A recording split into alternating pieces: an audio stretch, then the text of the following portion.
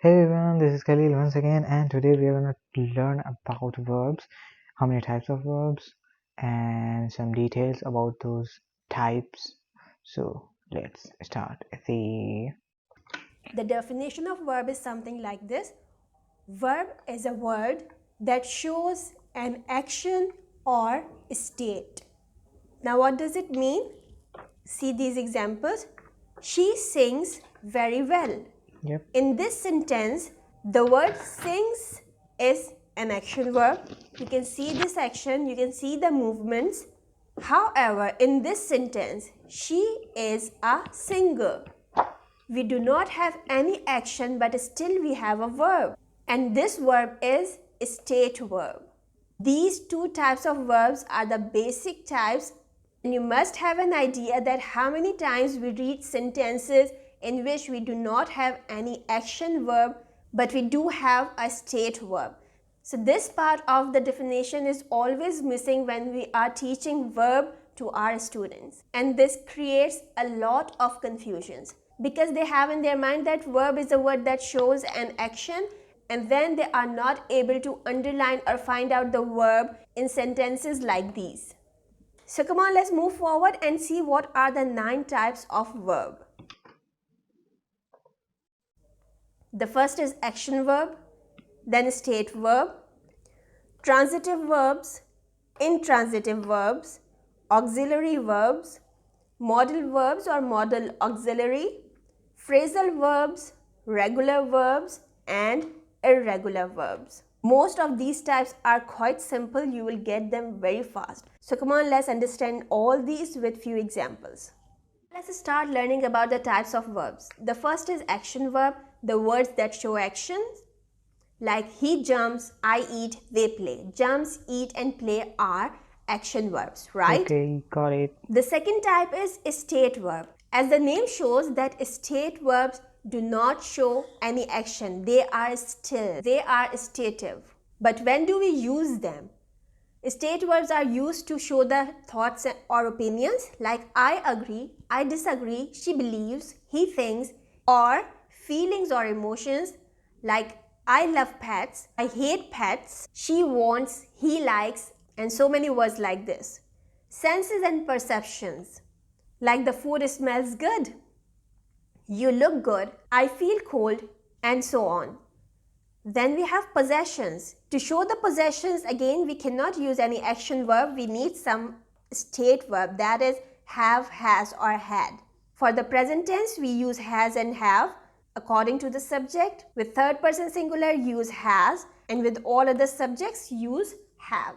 Like I have a pet, she has a pet, he has a pet, we had a pet. Okay, if we are talking about past, we need to use had. Then state verbs also used to show profession or position. Like I am a teacher. Being teacher is my profession, so the verb am here is acting as a state verb. Or he lives in Japan. The verb lives here is also not showing any action. It is a state of somebody that he lives in Japan. So as you can see that in all these verbs you cannot find any physical action, but it is really difficult to memorize all the state verbs. So what is the trick to find out the state verbs? Just think about a physical action. If the word is believe, so can you act it?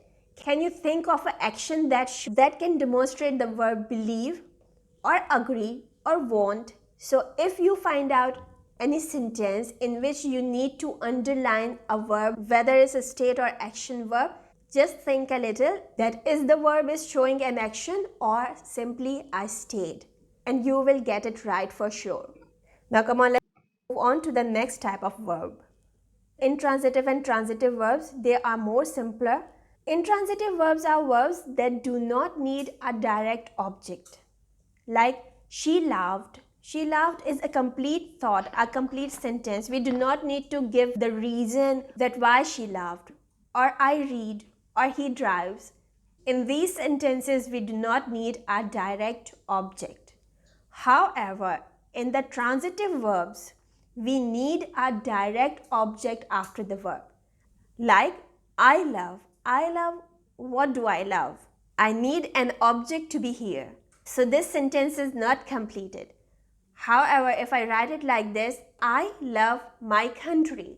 Now the sentence or the thought is completed and this verb is transitive verb because it cannot work without an object. See one more example. He supports. He supports. What does he support? The thought is not completed. He supports the poor. So support is a transitive verb because it needs an object. So whenever in your exam or any paper you are The first thing that I wanna tell you, I did not blur the poor.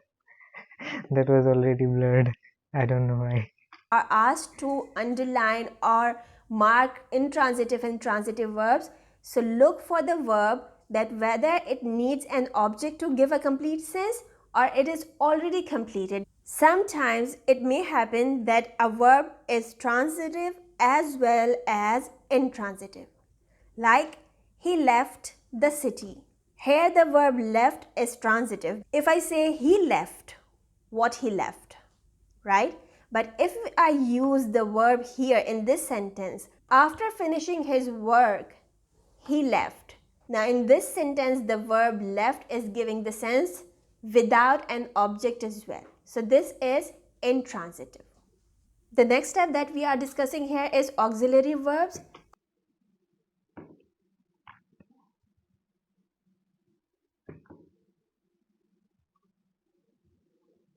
Intransitive, commonly known as helping verbs. These verbs are used to support the main verb, and we need them mostly when we are dealing with different tenses. For example, I am cooking food. It's present continuous, so to support the main verb cooking, we need the auxiliary verb am. She does not talk much. Here the verb does is supporting the main verb talk. He has been waiting for you. Again, the verb has been is supporting the main verb waiting.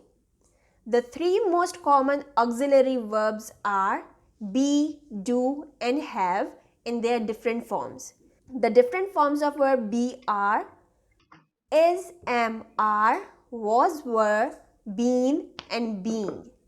Different forms of verb do are, do, does, and did. And then we have the verb have in its form has, have, and had. You may find be verb as a main verb in many sentences, but if there is another verb after the be verb, like here it was cooking or here it was waiting, so any of this can become the helping verb. And we can guess the tense of the sentence with the help of these verbs.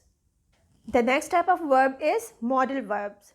Modal verbs are a type of auxiliary verbs which express ability, permission, possibility, and obligation. Now what does it mean? As I told you that auxiliary verbs are helping verbs, so modal verbs are also helping verbs and they help us to talk about ability, permission, possibility, and obligation. The modal verbs that you can use for ability are can and could. Could we use for the past tense and can is for present.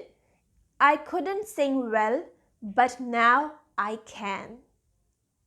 For permission, we can use can or may, like, can I open the door? Or may I come in? We can also use could for permission if we want to be very polite. Like if you want to ask an elderly person to move aside, so you can say, could you move? Now the third thing is possibility. To talk about possibility, we can use could, may, and might. The difference between these three is just about the intensity. Like if we say it could rain, so it means it is likely to rain. The clouds are there, it could rain. It may rain, it is a less possible situation. And it might rain is something that is least possible. Right? Modal verbs also help us to talk about obligations or suggestions or advices. We can use could, should, and must. Like you can say you could go to doctor. It is not really urgent, it is a simple advice or simple suggestion or obligation.